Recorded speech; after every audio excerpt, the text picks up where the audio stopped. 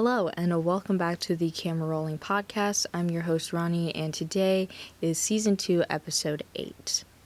Today, we are doing the last iteration that I have for this month, being Women's History Month, which is the Not Like Other Girls trope. But before that, let's do some housekeeping. Number one, I think I am officially moving towards the every other week format. I know it's not ideal as a viewer or a listener to have like one of your favorite people talk about things and then be like, by the way, you're gonna get less content. But I think it's better to have quality content over the quantity. And because it's just me doing this and not a whole group of people, I really can't prepare enough along with all of my other social media platforms. I can't do all of that in 1 week. So yes, I'm going to be doing it every other week. Also, another thing, my skin has not been feeling it. I don't know if it's the weather change or something I ate that I'm reacting to badly, but like, I can't even put on makeup right now because of how my skin is feeling, so deal with it. And of course, lastly, recent watches. So first, I finally got around to watching the movie Hush. I've been really interested in this movie for years. I just, again, haven't gotten around to it, and at the time, I think I was too scared to watch it. But more or less, it's a 2016 movie starring Kate Siegel and directed by Mike Flanagan. It follows a deaf writer that lives a solitary life until one night a man shows up in a mask looking to play a game of murder. Personally, I thought this movie was really interesting. I thought that the way that they shot it and giving us sort of an insight into what it's like to be deaf and how things would essentially play out is really interesting. I love when they do perspectives like this, but the thing that bothered me the most, the thing that I couldn't get past, was why is this man like this? I really appreciated a lot of the beginning of the movie where we get to see her interacting with her neighbor who's learning sign language and them talking about her book and just how interested she is in this kind of mystery stuff. So we get a sense of who she is as a person and just kind of how her mind works. But we have no idea who this masked man is. And as much as I believe in the insanity that is the white man, I'm still very confused as to why this man showed up and why he's out to get people. Like, I don't doubt that a white man would do this. I'm just saying I need a little bit more to understand. Not that I need to understand anything for me to not, like, root for our main character, but I don't know, I would like something more instead of just some deranged serial killer. The other movie that I watched this week, I watched it out of spite, but it's the movie 2012. It's like 2.5 hours long. I did not finish it. I think I got an hour and a half in and I was like, this is too boring. If you're not familiar, it's a 2009 film starring John Cusack and directed by Roland Emmerich, and it's pretty much about when everyone thought the world was going to end in 2012 because of like the Mayan calendar, and then instead of it not, like it didn't because we're still here. Instead, in that movie, it does. So the whole world just starts moving around and exploding and stuff. More or less, I just wasn't really interested in this film, and I'm sure at the time, if I had watched it, I probably would have been like, whoa! But as an adult, knowing that the world did not end in 2012, I was just bored.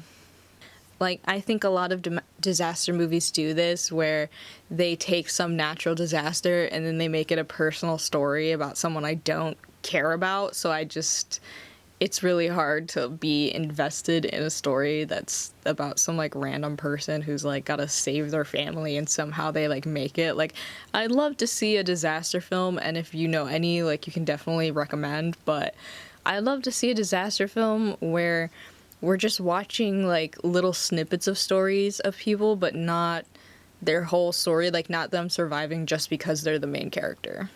So, that's it. But without further ado, let's jump into today's topic, which is Gone Girl. Again, I'm doing this video in talking about both the movie as a whole, but also in wanting to focus primarily on the aspect of not like other girls, because there's a specific scene, there's a specific monologue sort of that one of our main characters has where she talks about this idea of the cool girl, which is essentially not like other girls, just repackaged. But I think it's also important to see this movie in the context of the movie and not just this particular excerpt from it. So that's why I'm going to take you through the movie so we can have sort of a better understanding of this full perspective that doesn't completely place blame in any particular place. But if you're not familiar, it's a 2014 movie based on the book by Gillian Flynn, who was also brought in to write the screenplay for the movie. So it seems she had a pretty large role in the creation of the movie, which makes sense as to why I think the movie is considered to be pretty accurate of the book. I've never read the book, but from what I've heard, it's like pretty on par. So when you read about Gillian Flynn and her ideas in writing this book, a lot of her intention with the book was to highlight the ultimate performances carried out by the patriarchy, which is marriage. This idea of marriage and how you perform within that particular idea. And I think it's interesting because we do jump back and forth. I love books in particular that do this. I've read quite a few, especially when I was younger, of books that flipped between the narratives where you would see from the guy's perspective and then also from the girl's perspective. And especially knowing that this was written by a woman makes me feel like safe in knowing that at the very least, the woman's perspective is somewhat accurate. So there's a lot to consider when we watch the movie because the movie doesn't necessarily give you any information it doesn't want you to know before you know it. So if you've seen the movie, the perspective that you have going in is going to change. But we open the movie knowing that Nick and Amy are having their 5th anniversary. They met at a party with some witty banter that kind of harks on the idea that Amy knows about highbrow things but doesn't necessarily need to conform in liking them. More so, she critiques highbrow culture and lowbrow culture at the same time, being this person who can do both. But when they met at this party, you can tell that both of them are equally cunning in evaluating each other in a situation like that. They also sort of put the other person into a stereotypical box when they first meet, trying to sort of guess who the other person is instead of letting that person just express who they are. In regular conversation, they say, "Oh, I bet you're this person. Oh, I bet you're this person." But when we cut back to their anniversary, it seems that Amy's been doing these little treasure hunts for him in the past. So from a woman's perspective, or just from a perspective of we don't know what happens in the movie, it seems that she does this out of love, which I think anyone who's done a surprise or something more elaborate that is representative of how they feel about their partner knows that it's all out of love. Like, you don't do it to try to manipulate your partner. You just want them to, like, reflect on your relationship and see it and know that you care. However, when he talks about it and when he describes it from his perspective, it's proof that he doesn't care for her and that he's just a jerk. It's somewhat of a reminder of all the things that he no longer is. So within this scene, Nick is talking to his sister, and so he describes this whole treasure hunt, and unfortunately, his sister agrees with him in his sort of sentiment that he's just being made to feel guilty. And in many ways, his sister Margot is not like other girls. She day drinks, she judges his wife, she plays board games, she runs a bar, and she talks really crudely. And of course, you can sort of be not like other girls with your siblings because they're your siblings, and there's no expectation of, like, them trying to perceive you a certain way, generally. So I can understand why maybe she would talk more openly with him, but I don't know. I'm the kind of person who likes to play devil's advocate, and if my brother told me that his wife did something for him like that, I would probably be like, well, maybe she just cares about you, even if in the past she's done this and it's led to a fight. Like, I don't know if I can fully believe you because I just don't believe the perspective of the person who's telling me the story every single time. More or less, Nick comes home, he sees that Amy's gone, so he calls the police, and the police take a look around the house and just find it kind of suspicious. And with another flashback, we learn more about Amy's childhood and her family dynamic. It seems that her mother wrote these children's books with Amy sort of at the center, literally called Amazing Amy, but she always portrayed Amy as her success rather than the real life failures that Amy actually experienced. And it's pretty clear how this sort of environment, along with her parents' expectations of performance, play into her disdain for her parents and just generally for highbrow culture when it doesn't serve her.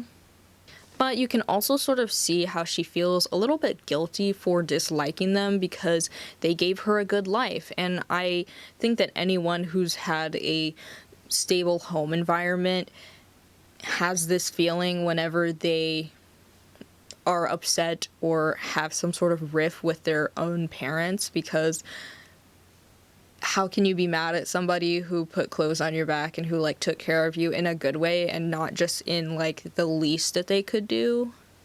And it's not to say that you should feel guilty for being upset or disliking your parents, whether or not they give you a good life. Like, it's literally their responsibility to do that. So if they do that, but they don't act like good parents and they don't support you in the way that you need to be supported, then you shouldn't feel guilty for being upset about that.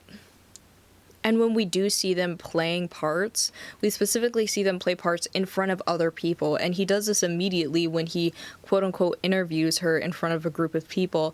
But he's really just sort of talking about the things he likes about her. But when you look closer at what he's saying, and there's been some rhetoric, at least on TikTok, about this, because there was a man who was sharing his vows with his wife that were absolutely disgusting and demeaning, and he did it in front of a crowd. This sort of harks on that same sentiment of essentially belittling women by mentioning the things about them or admiring the things about them that don't actually have to do with them as a person. Nick pretty much just mentions ways that she has improved upon his life, whether that means correcting his pronunciation of quinoa or buying him his first pair of scissors, which I don't understand how you go through life without scissors, but okay. And also talking about her sexually in front of them, as if that's all that she has to offer. Either way, we're brought back into present day where Nick is being interrogated, and we sort of find out that he doesn't really know that much about his own wife's life. And while the police are sort of playing this game of interrogating him and saying, how come you don't know her blood type?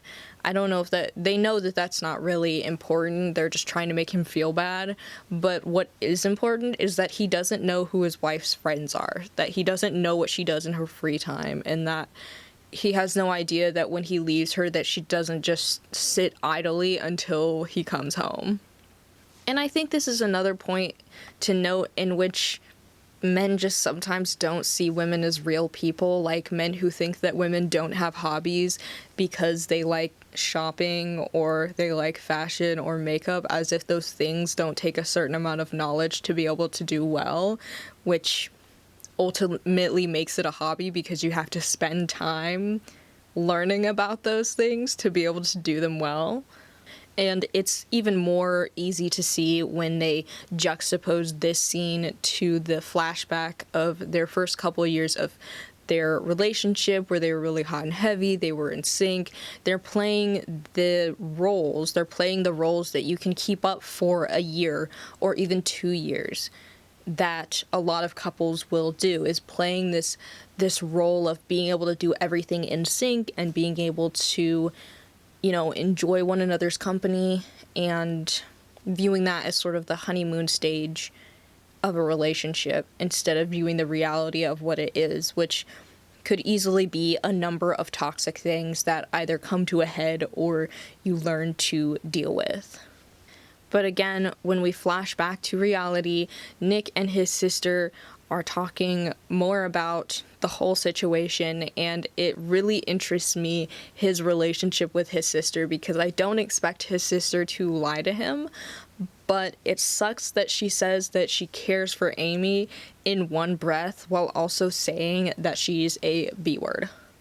And in this scene, Nick says that Amy attracts drama, but it kind of makes you wonder if she really does. And if you've seen the movie, you know that she does, but it makes me wonder what she's done in particular to make him think this, because he doesn't know the full truth at this point. So it doesn't make sense as to why he would think that she attracts drama, unless what he views as drama is just her trying to have a conversation. And I know a lot of me describing this is really just talking about misogyny, but I think the point of me explaining how they view their relationship is important in how we view the not like other girls trope, because it directly correlates. Misogyny within men and internalized misogyny within women are very closely linked because they both are misogyny. And so seeing his view of things and seeing how that interacts with the not like other girls trope, which is essentially internalized misogyny with women, are directly correlated in their relationship. And them playing parts and pretending like that's not exactly what's happening is very interesting to view in the context of this movie. And I think more importantly, the fact that Gillian Flynn acknowledges that most of her intention behind this book and this movie is to point out the roles that we play, also points out this misogyny that affects all of us. But more on the fact that Nick talks about Amy attracting drama, I think the drama that he may be referring to is brought up when they talk about suspects for who may have to do with her disappearance. They mention about a man who tried to off himself when Amy broke things off in high school, and it's interesting because this sort of situation, if you've ever been in this situation, you know that anyone trying to off themselves in lieu of your relationship, whether it mean for your intention to be that you get back together after that, or to essentially draw your attention from whatever you're doing, is just pure manipulation. There's nothing genuine about it. And if they happen to take their own life, it's literally only their fault. So the fact that this happened to Amy in high school, whether it be the truth or not, because we know that the narrators in this story as a whole are not reliable, whether it be Nick or Amy, both of their perspectives are very warped. But what I can say is that from an objective standpoint, if someone threatens their own life in lieu of your actions, it's manipulation. There's nothing more to say. So throughout the movie, we see these little clues, they're little riddles that Amy has left for the treasure hunt for their anniversary, and apparently at clue 3 we discover more of when the relationship began to feel a lot of pressure. So when they'd lost their jobs during the recession, I'm assuming like around 2008 or 2009, that they'd lost their jobs and things were taking a toll on them, they pretty much said, hey, like, I think we're in trouble, but let's not be one of those couples in a bad marriage. Let's not let this make our marriage bad. They pretty much say, I don't want to be in a marriage where the wife treats her husband like a monkey on a leash, or a marriage where the husband tries to avoid his wife like cops on patrol. And still, they become those people. And I think having this expectation that your significant other isn't going to change or isn't going to do something is sort of the wrong thing to expect, because people really do change and they do all sorts of things that you never expect them to do. And I think you just have to react appropriately when it comes up. I think acting with patience and grace and gentleness is more important than expecting your partner not to do something that you don't want them to. Pretty much they lose their jobs. She ends up having to help her parents using some of her trust fund money, and where it seems that, after things have taken sort of a toll, that she's still trying to find work, or that she's still, working, whereas Nick is playing video games and buying different electronics. But it seems that she's not openly passing judgment. She actually doesn't say anything. She just says, "You're spending a lot of money." And I don't know, maybe it's because I'm autistic, but when I saw that scene, it didn't seem like she was being passive aggressive, and it seemed like maybe there was tension there. But I can understand if maybe she said that and then walked away to think about it more, about how she wanted to address the topic of his spending, and instead of getting in a fight, it makes more sense to go and be by yourself. So I don't know. I didn't see what she did as passive aggressive, but that's exactly how he saw it. So he can feel that, and he immediately calls her out. And of course, as she's cleaning up after him, he pretty much prods her, saying that she's judging him and doesn't trust him, and that's why they have a prenup.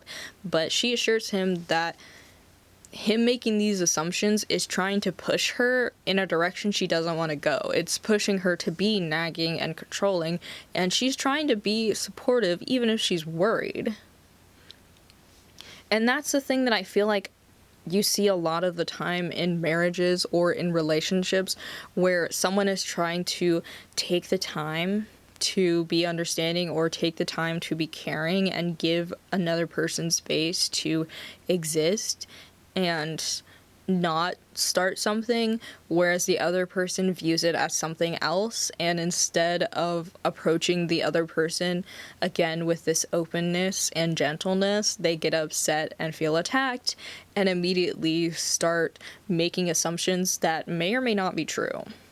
Again, as someone who's autistic, I tend to just say whatever's on my mind, or if I don't, I just sort of try to avoid it. And a lot of times, the times where I've been in a situation that somebody's upset with me, there's been a lot of scenarios in which they're upset with me and they're telling me what they think that I've done or what they think I'm thinking.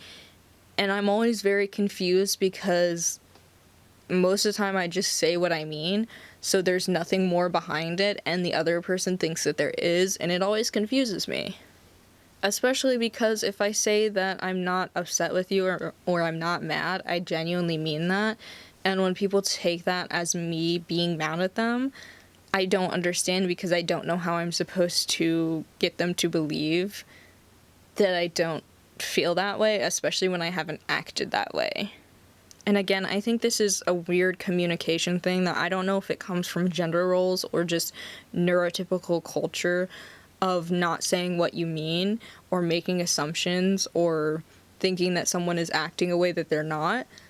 But I feel like this leads to so many unnecessary fights, because again, if Nick hadn't gotten upset, which seems more like a reaction of his own guilt, knowing that he's sitting there not doing anything and not progressing the way that he probably could be, which it's fine if that's happening because of mental illness, or, he just needs some time and space. Like, there's nothing wrong with that. But him being mad that she's worried is literally not her fault. Again, we go back in time to see that when they moved to Missouri, they moved there to be closer to his mom because she'd gotten breast cancer. And apparently he didn't ask if that's really something that Amy wanted to do. Like, he just did it. He said, "We are moving to Missouri." And I think her not feeling at home and Nick not realizing that she's now alienated also goes towards this idea of women just following their partner wherever and expected to not really have a life or have interests, and their only interest being their husband, but not too much, because then you're a nagging, annoying wife who's too clingy.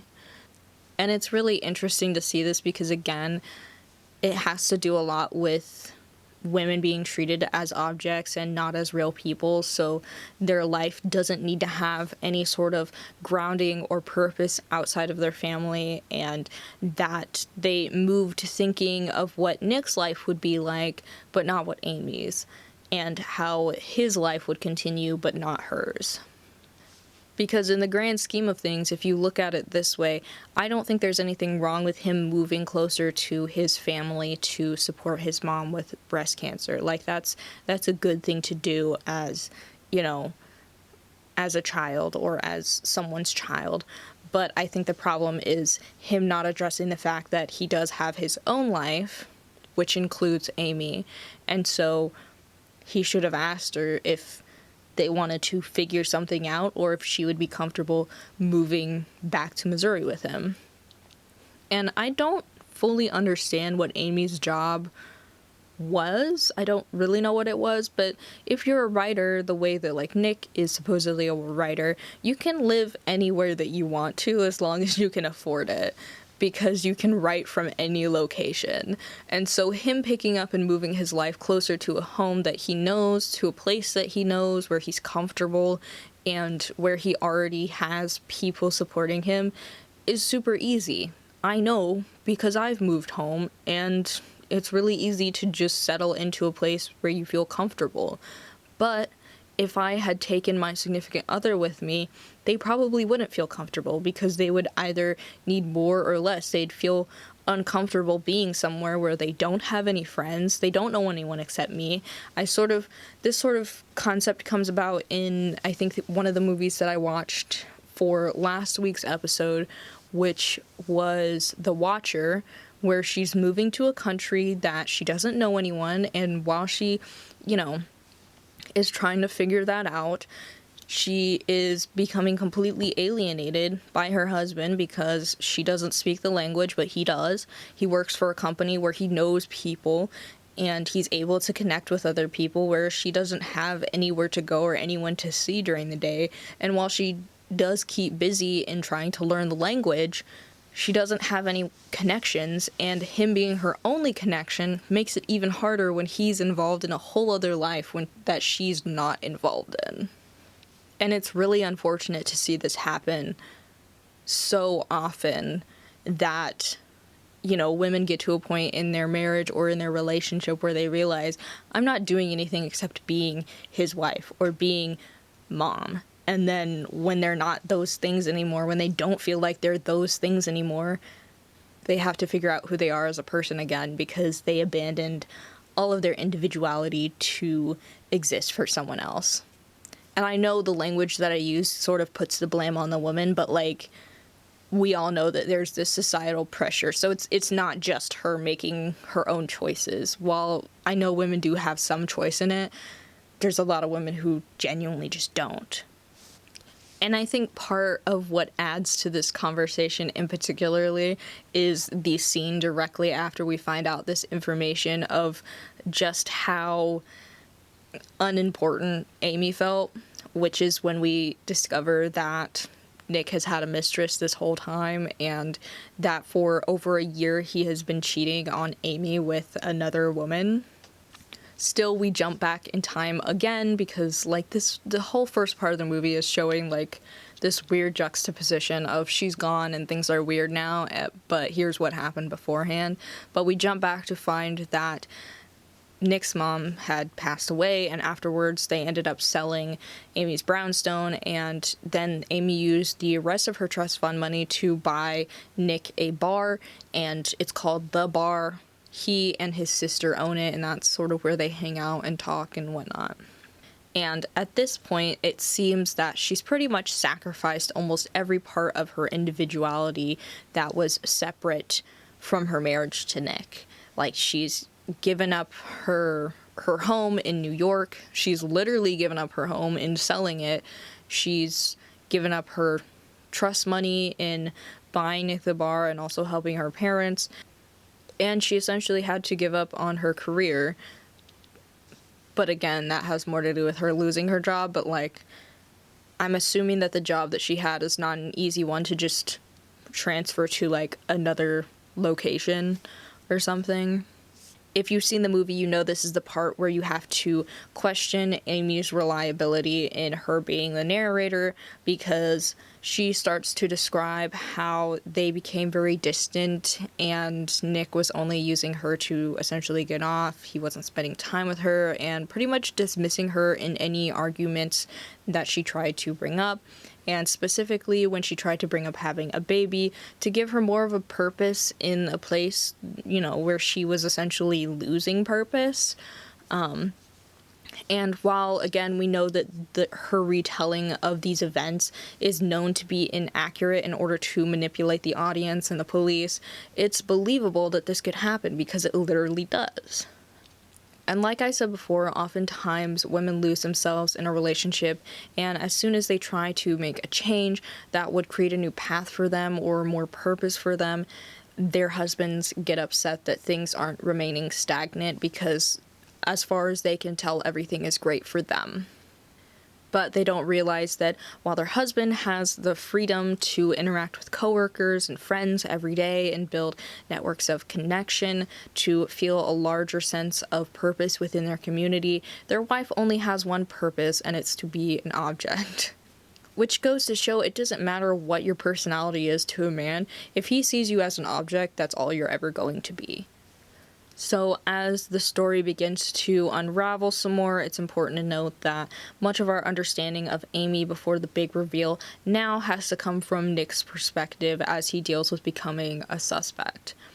When his sister actually finds out about his affair, he talks about how he hated coming home to Amy dissatisfied with him, yet he holds no blame to himself in that he assumes that's how she felt, and also he never voiced his feelings to her, presumably.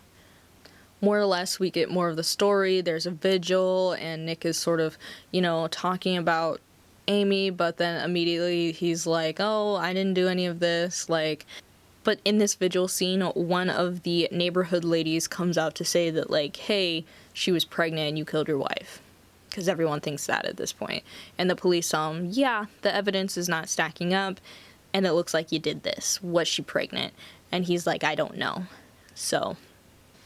And when Nick talks to his sister, he admits that he was the one who wanted a baby, but Amy actually did not want a baby. And essentially there's this little box that he has full of things that would essentially make him hate or remember how much he dislikes or remember times he disliked his wife. And Margot calls it his little box of hate, and he admits that he probably did hate his wife. However, after this, things sort of come to a head when the police discover the diary, and it's all of the entries that she's been sort of describing about the beginning of their relationship thus far, and essentially Nick finds her last clue, and everything comes together, and wow, Amy's not dead, and she's driving in her car. She admits that she's framing him for her murder. And this is where things, again, start to take this turn when she talks in her monologue about what's been going on. She specifically describes Nick as lazy, lying, cheating, and oblivious. She says, Nick Dunn took my pride and my dignity and my hope and my money. He took and took from me until I no longer existed. That's murder.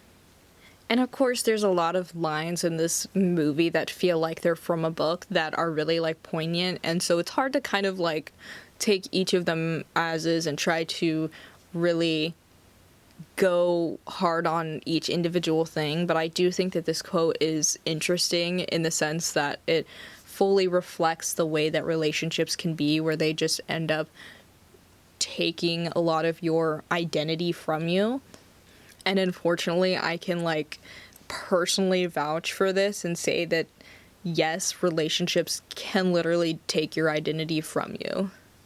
But in her sort of monologue as she's driving away, she explains how she carried out her plan of, she had all this time to herself, so she may as well study and create this elaborate thing of talking to the neighbor, creating money issues, increasing her life insurance, then buying a getaway car, and essentially she had secured her place in the community and pretended to be pregnant. She wrote a diary and staged the scene so she could leave. However, the problem when you look at what she's saying, it's the epitome of the not like other girls trope, in that throughout her explaining her plan and throughout her cool girl speech, she openly belittles other women.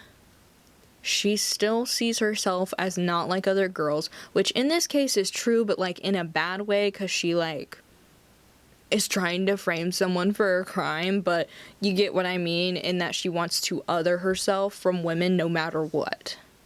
She explains how essentially she's going to off herself and that Nick will be blamed for it. He'll go to prison and everyone will just hate him for discarding of his pregnant wife.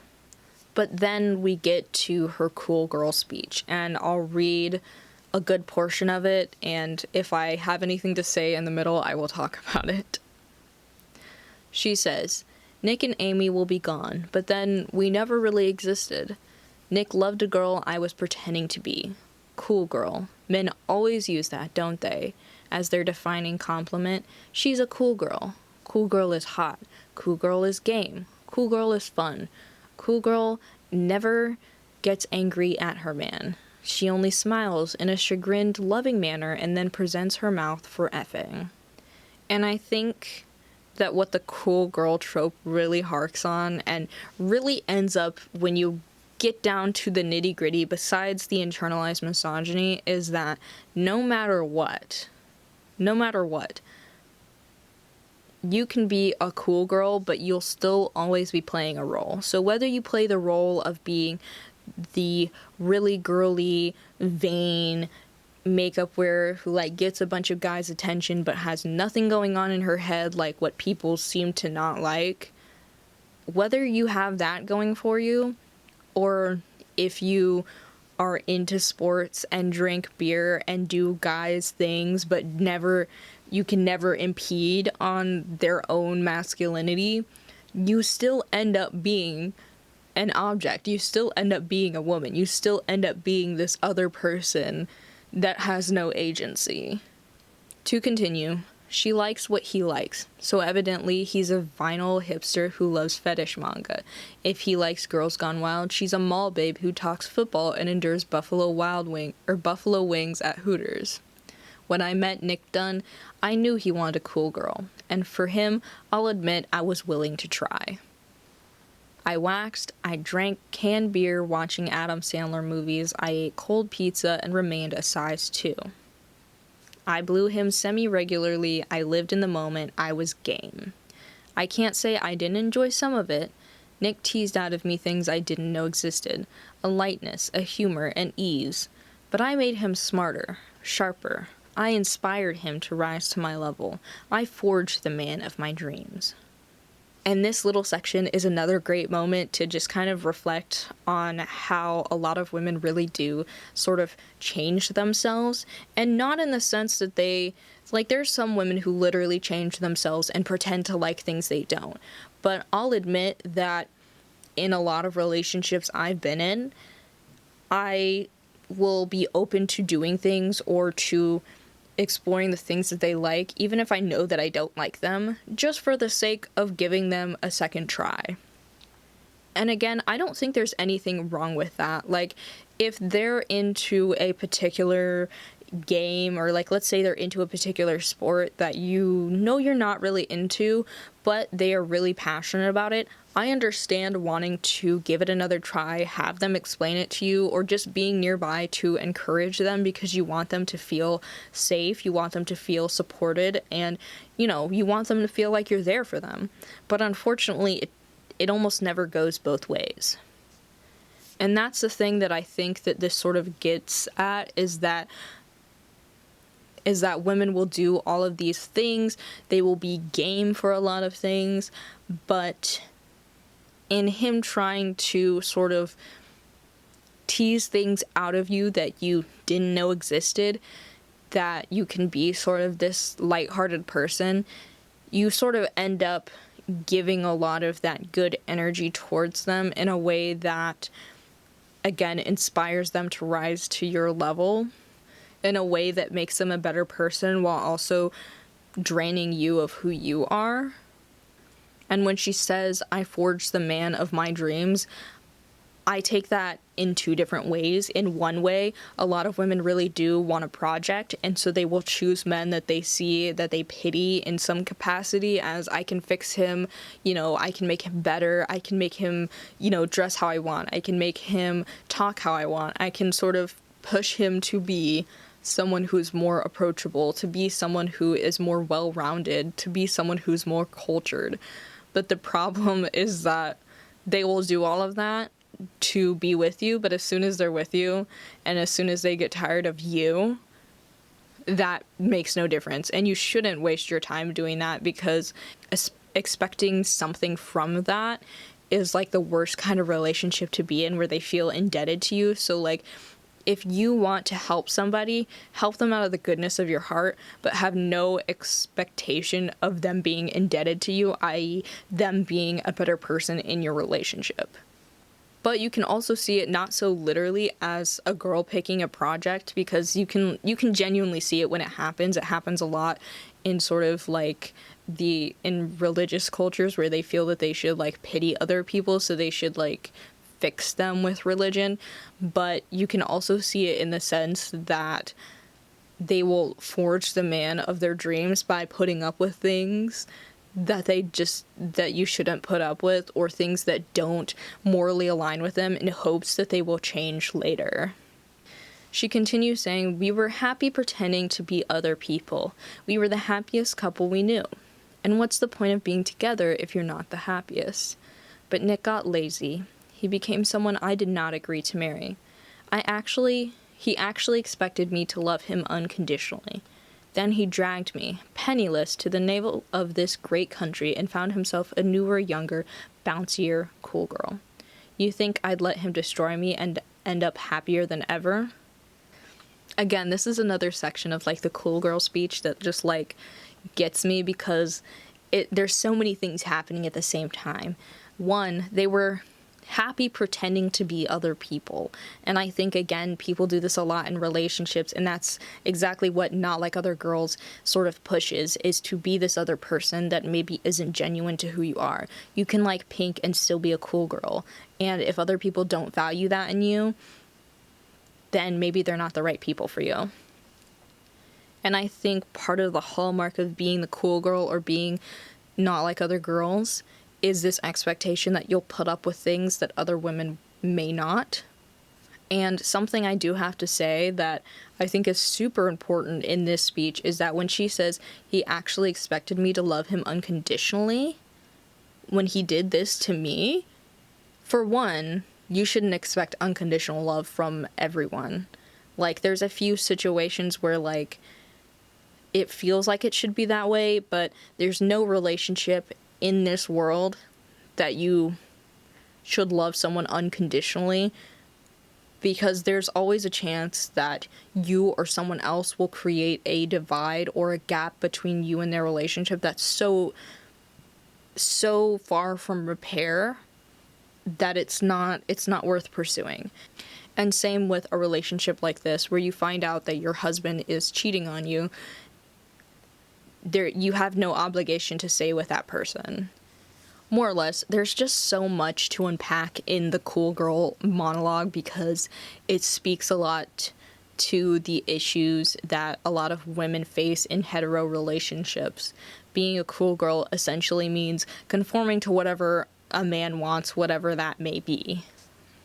And of course, she describes that there are different types of cool girls depending on his interests, and she pretended to enjoy those things. And something I think that is interesting in this particular scenario, which, again, it's not okay to, I don't agree with what she's doing, but essentially in her learning that she'd never be enough because he still cheated on her anyway, no matter how she looked or what she agreed to with him and how little rift she created in their relationship, that he still cheated, she decided to call it quits, which is, again, perfectly acceptable. But she did so in staging it so that he'd have no way out, so that he'd have to deal with no longer conforming to a public perception of being a good man or one that's justified for leaving a woman that no longer fits his narrative. And again, while I don't agree with framing someone for murder, I think that she has a point in that many men will get to have happy endings without ever truly learning the issue with wanting women to be a certain way. Pretty much the idea that women are the little addition to their life the way a cell phone is. Something to carry around and use whenever deemed necessary to manage all the important things, but not to be the one to actually make choices. Someone who adds new perspectives without nagging or just telling him what to do.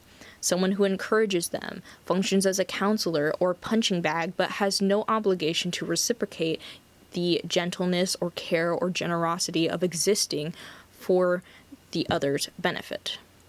Being a cool girl doesn't save you from ending up in the same bin as women they deem as less than, whether it be someone who is a sex worker, because a lot of men don't view that as a viable option, which I believe that sex workers should be allowed to do what they do because it is a real job. I just wish that they were able to do it safer and that they had some safety in that line of work, because again, I would fully support it if it wasn't so dangerous for women, and it's not even their fault, they're not the ones who are making it dangerous. So again, we know who's to blame here, but being cool, being different, being not like other girls does not save you from misogyny. It does not save you from still being a woman who faces the same oppression that every other woman is going to. So after we essentially find out this information that Amy is trying to frame him for murder, obviously we can't see any of her actions as justified, and we have to sort of look back on what she said about the relationship in terms of the problems that they were having, and sort of note that, she's unreliable as a narrator, but we also know that Nick isn't a reliable narrator either. He lied about his relationship essentially with everyone around him, saying that things were good when in reality, he had this disdain for his wife. He did not like his wife, and that's why he was cheating on her. So later, when Tyler Perry's character is preparing Nick to be on TV, we get to see how Nick views the situation and how those words can be interpreted in a lot of different ways. He says that he lost his job, but is corrected because Amy also lost her job. This wasn't something that just affected him. He says that he had a moment of weakness, but it was an affair that lasted over a year. There were a lot of moments where he could have called it off. And I think this insight into how he would word things speaks a lot to how a lot of men truly think, or how little a lot of men truly think about the words that they say, and even more so their actions. I think the words that we use to describe certain actions again speaks to the gravity of the person's perspective of it. I get so frustrated when people call something like sexual assault or the R word something other than what it is. Calling it some sort of non-consensual sexual act, you know what that is. That's what it is. Stop calling it something that is in any way related to an activity that's supposed to be about joy and love and intimacy, when that's not at all what a non-consensual sexual act is. And that's what bothers me, is that him saying, I lost my job. Well, your wife also lost her job. I had a moment of weakness. No, you had lots of moments of weakness. Stop belittling the situation and its gravity when it's very clear that you made a mistake. Own up to it and say the mistake for what it is. You had an affair. You cheated on your wife. There's nothing more to say about that. You don't need to belittle it by saying, I had a moment where I wasn't as good as I could have been. No, you were being a bad husband. You were being a bad person. And another interesting aspect of this movie is when Desi Collins, which is played by Neil Patrick Harris, which is so funny to me that he's playing a straight man. I think some of the people that they had acting in this movie, like the neighbor being what's-her-face from that show, is so funny. Something about that's really funny. And don't get me wrong, Neil Patrick Harris did great. But it's just funny because we all know that he's not straight. More or less, when he enters the picture, essentially he comes in to save Amy from the awful situation she's in. And we see that he's essentially seeing her for this perfect victim character. And I think this harks again to the way that a lot of men feel that they need to save women, and that when women cry out for help, that they get to be a hero and they get to feel some type of way about themselves. And when he shows her his lake house, we see that he still views her as an object for him to have, because the lake house is filled with cameras. But he also wants to take control of the way that she looks and the way that she acts, and essentially wants her to be a certain way. And the only way for her to essentially survive in this situation is to do that. So he tells her, what to dress and what he likes, and that he can see her on all the cameras. And, he kisses her cheek as if that is something you would do to someone who is so traumatized. However, there's an interview with Nick where he pretty much says everything that Amy wanted to hear, that he is not a good husband, he did something terrible, he broke his vow, and he was a con artist. He says that he was dazzled by Amy, so he pretended to be better than he was. He wanted to be the guy that tries hard, but he just couldn't do it. And that what he did was just the easy way out. He says directly to her, "I've taken myself to the woodshed for the way I've treated you." And now, of course, at that point, Amy knows that he knows what she's doing. And so after this interview, you can start to see Amy's wheels turning, because when she first arrived there, she was playing the part, but she wasn't sure if that's how, she was going to go, because she, was clearly getting back into a situation where her looks and her actions were being heavily controlled by this man who wanted her to act a certain way. So essentially, while she just wanted to use Desi to help her get back on her feet and figure things out so that she could leave, she knows that he's not going to let her. So she comes up with this plan, and when he leaves one day for work, she pretty much stages things to look like she'd been hurt by him. And, again, while I don't think it's right to lie or to hurt people in the way that she does, I think her ability to play a role really shows how, while men might see it as manipulative to act one way for them, even if it goes against who we are as people, I think it speaks to the lengths that many women have to go to avoid violence against them. More or less, Amy gets home.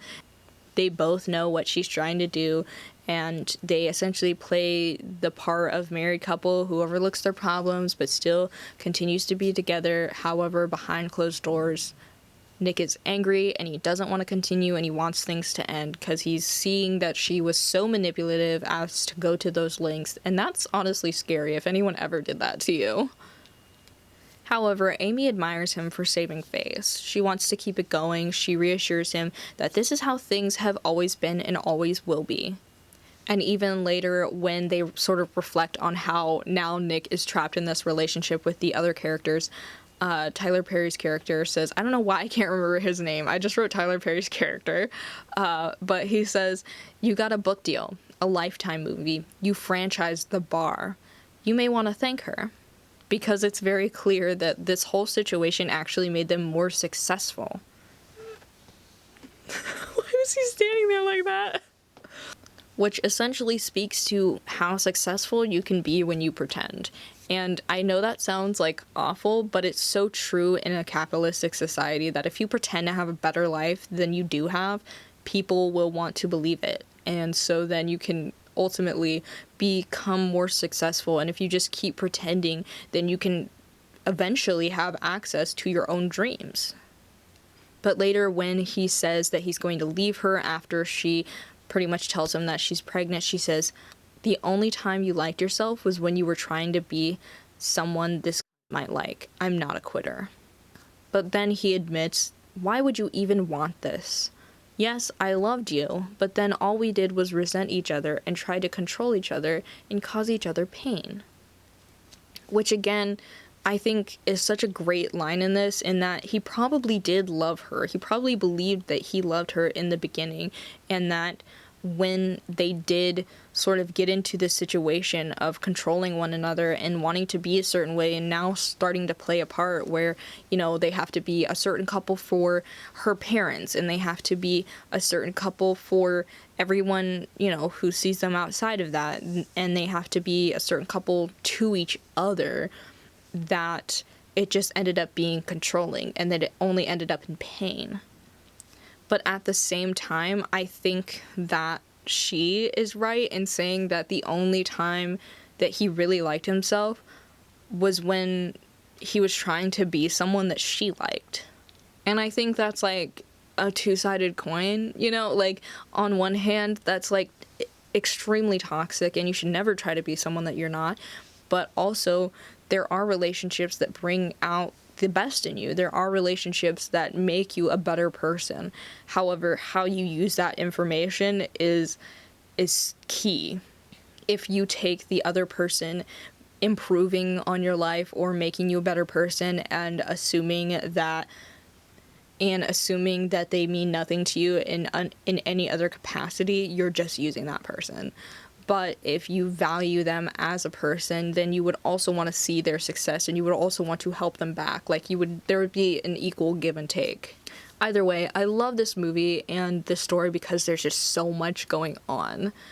This isn't just a movie about a woman who gets revenge on her cheating husband because she didn't want to be not like other girls anymore. With the author's intention being to open a conversation about the lies married couples tell to each other, whether they be about affairs or about their own happiness, this speaks to a larger issue within hetero relationships. There's definitely an imbalance that ends up being exacerbated by pressures of capitalism, the patriarchy, and just general heteronormativity that we live within. So I know that a lot of this episode was talking about the ways in which this sort of hetero relationship interacted within the movie and about a lot of this lying to one another and perception, but I do think that's a large part of what the not like other girls trope does to people. It creates this narrative that there is a stereotype for women that is looked down upon because if you fit within that, then you don't have your own thoughts or opinions and you're no longer interesting because you do too much of what is expected. Yet, when you're not like other girls, you still have to do some of what is expected, like being pretty enough to be considered desirable. You still have to enjoy things that men enjoy. You still have to subscribe to a lot of their ideology and their ideas of what is a good woman. But unfortunately, both situations, you just end up being an object. And that's really the blanket under which all women end up falling and how we end up being the recipient of a lot of hate and violence in a patriarchal society. So I know I threw out a lot of words at the end, but I hope you understand what I'm trying to say is that I love this movie. I love it so much. I think it's so interesting, and it's one of those movies where you want to scream, you know, women's rights and women's wrongs, but also not those wrongs, but also I get where she's coming from. Anyway, I feel like I said a lot and nothing all at the same time, so I'll have to hear other people's opinions about it, but yeah. It's really hard to analyze a movie that has this much going on with it, and I know I probably could have just left this video at me talking about the monologue that she has, but I feel like the movie as a whole has a very important context that the cool girl monologue sort of needs. I hope you enjoyed, but with that, keep watching movies, and I'll see you in my next one.